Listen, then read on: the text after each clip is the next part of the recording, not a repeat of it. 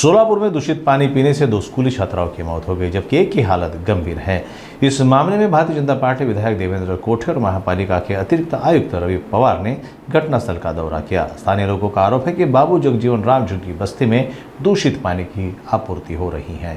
सोलापुर में बाबू जगजीवन राम झुग्गी बस्ती में एक दुखद घटना हुई, जब दूषित पानी पीने से 2 स्कूली छात्राओं की मौत हो गई और एक की हालत गंभीर है। मृतक छात्राओं की पहचान भाग्यश्री मेत्रे और जिया महादेव मेत्रे के रूप में हुई, जबकि तीसरी छात्रा जयश्री महादेव मेत्रे की हालत गंभीर बताई जा रही है।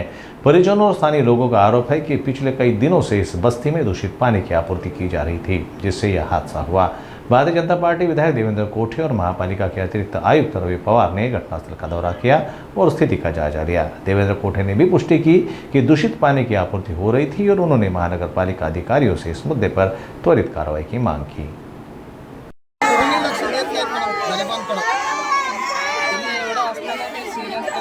पाणी द्या नाहीतर जेवण तर द्या म्हणून ते लक्ष देत नाही. जेवण द्यायचं ना पाणी द्यायचं.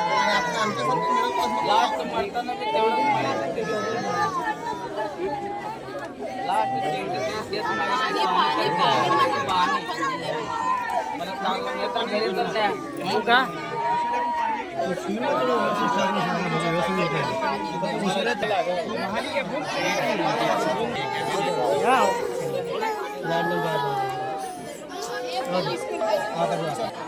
चालू का माईक ते 8 दिवस साठवणूक केल्यामुळे ना ताई साठवणूक केल्यामुळे किडे होतात 8 दिवस आणि घरं लहान आहेत.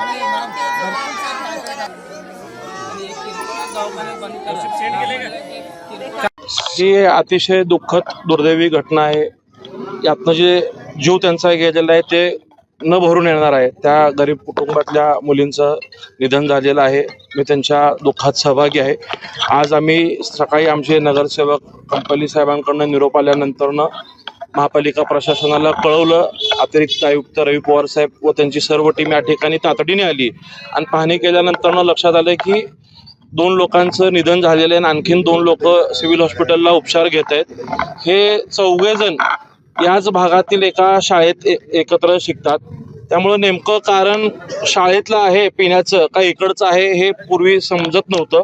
पण आम्ही इथं आत्ता आलोय, प्रत्यक्ष पाहणी केलं. इथल्या नागरिकांचं सगळ्यांचं मत आहे की ही जी लोक राहतात त्या सगळ्या गल्लीला अनेक महिना किंवा एखाद्या वर्षभरापासून काही कालावधीसाठी घाण पाणी येतं.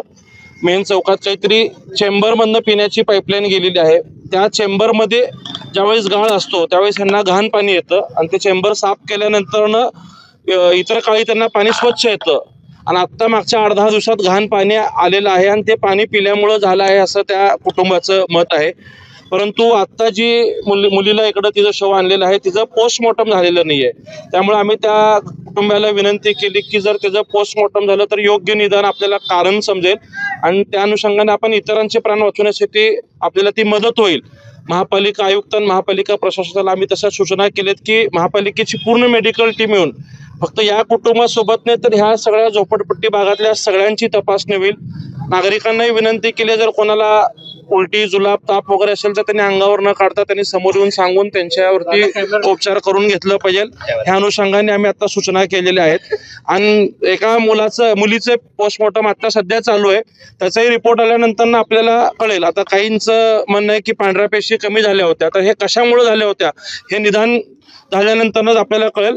परंतु जे आज डोळ्यासमोर घाण पाणी वगैरे आलेलं दिसतंय याही गोष्टी चुकीचं आहे. त्या गोष्टी थांबवण्यासाठी देखील सूचना केलेल्या आहेत. आयुक्तांनी तात्काळ ते काम हाती घेण्याच्या सूचना संबंधित विभागाला देतो असं सांगितलेलं आहे. खरं तर यामध्ये कुठेतरी महापालिकेच्या प्रशासनाची हे कुठेतरी घोडचूक आहे का? कारण जर चेंबर यापूर्वी अशा घटना घडत असतील म्हणजे पाणी घाण येत असेल काही ठराविक कालावधीसाठी तर त्यामध्ये बदल होणं अपेक्षित आहे. ज्या पद्धतीने चेंबर म्हणजे गटरीमधून जर पाईप जात असेल पाण्याचा तर हे दुर्दैवी किंवा धक्कादायक बाब आहे. प्रशासनाने याचा हलगर्जीपणा आहे का? निश्चितच सोलापूर महानगरपालिकेच्या अनेक भागात अशी परिस्थिती आहे की ड्रेनेजच्या चेंबरमधून पिण्याची पाईपलाईन गेलेली आहे.